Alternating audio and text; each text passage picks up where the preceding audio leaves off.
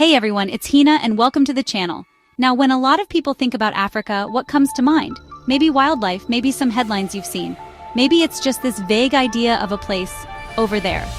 But what if I told you that Africa isn't just of the world's story, but in many ways, it's the very foundation upon which our modern world is built? I'm talking about a continent whose influence isn't just ancient history collecting dust, but is alive and kicking, shaping our lives right now, today, in ways you might not even realize. It's like the bass line in your favorite song. You might not always notice it, but without it, the whole thing falls apart. You see, Africa's story isn't just a side plot in the grand epic of humanity. It's more like the original manuscript, the source code. From the very dawn of our species to the complex global society we navigate today, Africa's fingerprints are everywhere. We're talking about influences that stretch across millennia, weaving through science, culture, economics, and even the very essence of what it means to be human. It's a narrative that's been misunderstood, often minimized, but it's so incredibly rich and vital. And honestly, understanding this connection is key to understanding ourselves and the world we inhabit. It's about shifting our perspective from seeing Africa as peripheral to recognizing it as absolutely central. So in this video, we're going on a journey. We're going to explore 7 key ways, and trust me, there are more. But we've got to start somewhere. That Africa has profoundly shaped global history and culture. We'll uncover some truths, bust some myths, and hopefully by the end you'll see the world and Africa's place in it with fresh eyes. We're going to look at everything from where we all came from, to ancient empires, to the music that makes you move, and even how the continent is shaping our future. It's going to be quite the ride, so buckle up. Alright, let's start at the very beginning, and I mean the beginning. Picture this, the rolling hills and rift valleys of East Africa. This isn't just a beautiful landscape. Science tells us this is where it all started for. Yes, us. We are, quite literally, all African. The fossils found there, like Lucy or Turkana Boy, aren't just old bones. They're the earliest chapters of our collective human story. For a long time, people looked everywhere else, but the evidence, overwhelming and undeniable, points right back to Africa. It's like finding out your favorite superhero's origin story is way cooler and more fundamental than you ever imagined.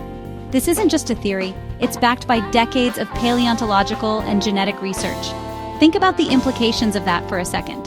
Every culture, every nation, every single person on this planet today traces their ancestry back to these African origins. The out-of-Africa migration wasn't just a small group going for a stroll, it was the event that populated the entire globe. So, when we talk about human history, we're inherently talking about African history at its root. It means that the ingenuity, the resilience, the adaptability that allowed early humans to survive and thrive, and eventually spread across the world, was first nurtured on African soil. It's the ultimate shared heritage, a common starting point for all of humanity, which is a pretty profound thing to consider, isn't it? Now, when we talk about ancient civilizations, Egypt and the pyramids often steal the spotlight, and for good reason. They were incredible. But Egypt wasn't an isolated marvel. It was part of a vast network of sophisticated African societies. Think about the kingdom of Kush in Nubia, with its own powerful pharaohs, stunning pyramids, and a unique writing system. Or Carthage, a dominant maritime power in the Mediterranean, challenging even Rome. And further south, empires like Mali, with legendary wealth from gold, and Great Zimbabwe, with its enigmatic stone structures, showcased incredible organization, engineering prowess, and thriving cultures long before many other parts of the world had comparable developments. These weren't just collections of villages, these were centers of innovation. Egyptians gave us advancements in mathematics, medicine, and of course, monumental architecture that still baffles us today. Nubians were master metallurgists and archers. The scholars of Timbuktu and the Mali Empire were producing and trading manuscripts on everything from astronomy to law, creating one of the world's great intellectual centers. These civilizations weren't just existing, they were actively contributing to a global pool of knowledge, developing complex trade routes, and influencing cultures far beyond their borders.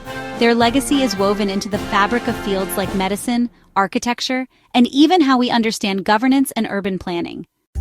Let's talk about money, trade, and how Africa was a central player in the global economy long before Wall Street or Silicon Valley. For centuries, West Africa was the world's primary source of gold. Empires like Ghana, Mali, and Songhai became fabulously wealthy and powerful by controlling these trans-Saharan trade routes. Imagine caravans of camels, sometimes stretching for miles, carrying not just gold, but also salt, which was as valuable as gold in some regions, ivory, cola nuts, and textiles across the vast desert. This wasn't just local bartering. This was international commerce on an epic scale, connecting West Africa with North Africa, the Middle East, and even Europe. And it wasn't just the Sahara. On the East African coast, the Swahili city-states like Kilwa and Mombasa were key hubs in the Indian Ocean trade network. Dhows, powered by the monsoon winds, sailed between Africa, Arabia, Persia, India, and even China, exchanging goods like spices, silks, porcelain, and of course, African resources like ivory and timber. These networks weren't just about goods changing hands, they were conduits for ideas, religions, technologies, and cultures. So, when you think about the early stirrings of a truly globalized economy, you have to recognize Africa's pivotal role in creating and sustaining these intricate and far-reaching commercial webs. Now, we have to address a chapter of history that is deeply painful, but absolutely crucial to understanding how Africa shaped the modern world, particularly the Americas: the transatlantic slave trade. For over 4 centuries, more than 12 million African men, women, and children were forcibly taken from their homes, packed onto ships in horrific conditions, and transported across the Atlantic. This wasn't just a tragic event, it was a system, a brutal economic engine that fueled the growth of colonial empires and built the wealth of nations on the backs of enslaved people. The sheer scale of this forced migration is staggering, and its impact was, and continues to be, profound. The labor of enslaved Africans was foundational to the economies of the Americas, from the sugar plantations of the Caribbean to the cotton fields of the southern United States. Entire industries were built on this exploitation. But beyond the economic impact, which was immense, the cultural legacy is equally significant. African traditions, music, languages, spiritual beliefs, and agricultural knowledge were carried across the ocean, and those suppressed, they survived, adapted, and became integral parts of the new cultures formed in the Americas. The resilience of the African diaspora, their fight for freedom and dignity, and their incredible cultural contributions have fundamentally shaped the societies of North and South America and the Caribbean. As if the horrors of the slave trade weren't enough, the 19th and 20th centuries brought another wave of exploitation: colonialism. European powers, driven by the Industrial Revolution's hunger for raw materials and new markets, carved up the African continent in what's infamously known as the Scramble for Africa. Borders were drawn with little regard for existing nations or ethnic groups, and vast resources, diamonds, rubber, copper, agricultural products, were extracted to fuel European industries and enrich colonial powers. This period brought immense hardship, dispossession, and the imposition of foreign rule, fundamentally altering African societies and economies in ways that are still felt today. But this isn't just a story of victimhood. Critically, it's also a story of powerful resistance. Across the continent, Africans fought back against colonial domination in countless ways, from armed uprisings to political organizing and intellectual movements. And here's the kicker: these struggles for independence in Africa didn't just liberate African nations. They became a massive source of inspiration for anti-colonial movements and civil rights struggles across the globe.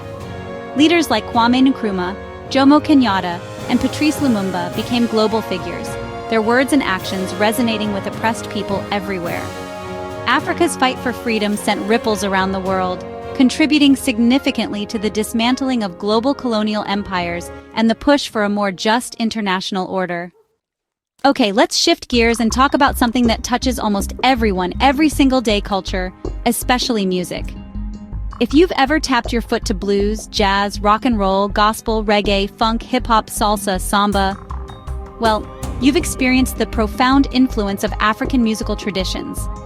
The rhythms, the call-and-response patterns, the improvisational spirit, so much of what defines these global genres has deep roots in the diverse musical heritage of the African continent, carried and transformed by the diaspora and re-exported to the world.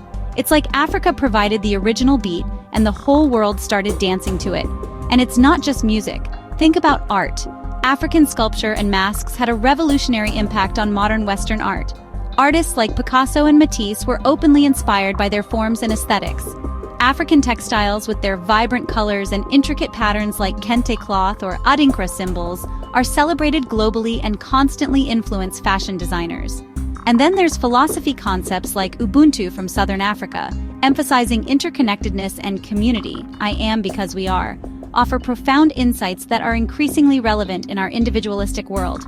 African creativity and thought have been, and continue to be, a vibrant and inexhaustible wellspring for global culture.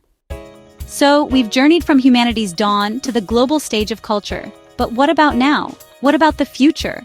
Well, Africa is not just a continent with a rich history. It's a dynamic, youthful, and increasingly influential force in shaping our contemporary world and its future. Take global issues like climate change. The Congo Basin is the world's second-largest rainforest, a vital lung for the planet. African nations are also at the forefront of developing renewable energy solutions like solar and wind power, showing incredible innovation and sustainability. Their voice in climate negotiations is becoming more and more critical for all of us. And then there's technology and innovation.